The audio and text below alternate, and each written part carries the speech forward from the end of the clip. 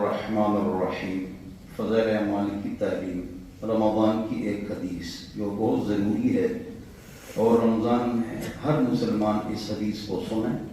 3 minute سے کم time لگے گا پھر چلے جاؤں۔ حضرت سلمان فارسی رضی اللہ عنہ فرماتے ہیں کہ پاک محمد پاک صلی اللہ علیہ وسلم نے شعبان کی آخری تاریخ میں ہم لوگوں کو جمع کیا، نصیحت فرمائی، اے لوگو تمہارے اوپر ایک مہینہ آ رہا ہے جو بہت بڑا مبارک مہینہ ہے، اس میں ایک رات شب قدر ہے جو 1000 مہینوں سے بڑھ کر ہے۔ اللہ تعالیٰ نے اس کے روزے کو فرض قرار دیے ہیں، روزے رکھو، اور رات کا قیام تراویح 20 رکعت اور تہجد 8 رکعت ثواب کی چیز بنائی ہے۔ جو شخص اس مہینے میں کسی نیکی کے ساتھ اللہ کا قرب ادا کرے، گویا کہ غیر رمضان میں اس نے فرض ادا کیا، اس نے نفل پڑھے گویا کہ اس نے فرض ادا کر لی، اور جو شخص اس مہینے میں کسی فرض کو ادا کرے گا، آپ نے فرض کی نماز ابھی پڑھ لی، گویا کہ غیر رمضان میں اس نے 70 فرائض ادا کر لیے۔ سبحان اللہ۔ یہ مہینہ صبر کا ہے، لڑائی جھگڑے مت کرو، گزارا کرو، صبر کرو۔ صبر کا بدلہ جنت ہے،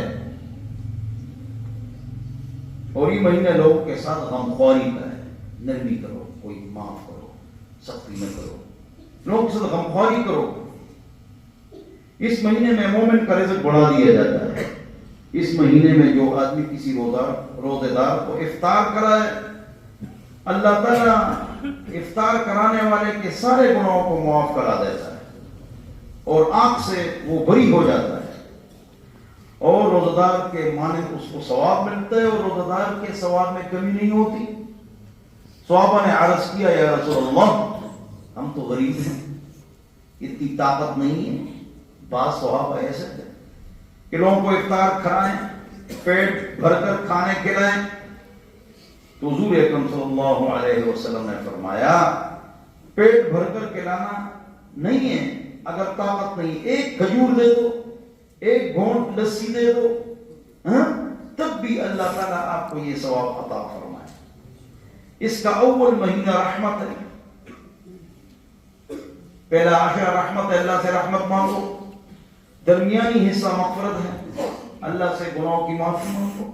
اللہ نے گناہ معاف کر دیا نہیں، 100 آپ نے گناہ کر دیے، جب سچے دل سے آپ نے اللہ سے معافی مانگی، اللہ آپ کے گناہوں کو معاف نہیں کرے گا، بلکہ ان گناہوں کو نیکیوں میں تبدیل کرے گا۔ اللہ اکبر۔ اور آخری حصہ آنکھ سے آزادی کا ہے، آنکھ سے آزاد ہو جاؤ کہ مسجدیں بھری ہوئی ہیں، 3 ٹائم، عید کے دن بھی 5 وقت نماز پڑھو تو انشاءاللہ پھر یہ عادت رہے گی۔ اس مہینے میں کوئی آدمی جو ملازم رکھتا ہو، دکاندار یا کوئی بھی ملازم آپ کا ہے، اس کے ساتھ نرمی کرو، سختی نہ کرو، تو اللہ تعالیٰ آپ کے گناہوں کو معاف کرے گا۔ اللہ اکبر۔ خادموں کا بوجھ ہلکا کرو، اس میں 4 چیزیں زیادہ کرو۔ نمبر 1، 4 چیزیں زیادہ کرو۔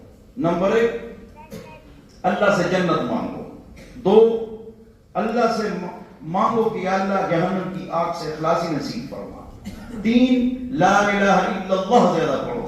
4، استغفر اللہ زیادہ پڑھو۔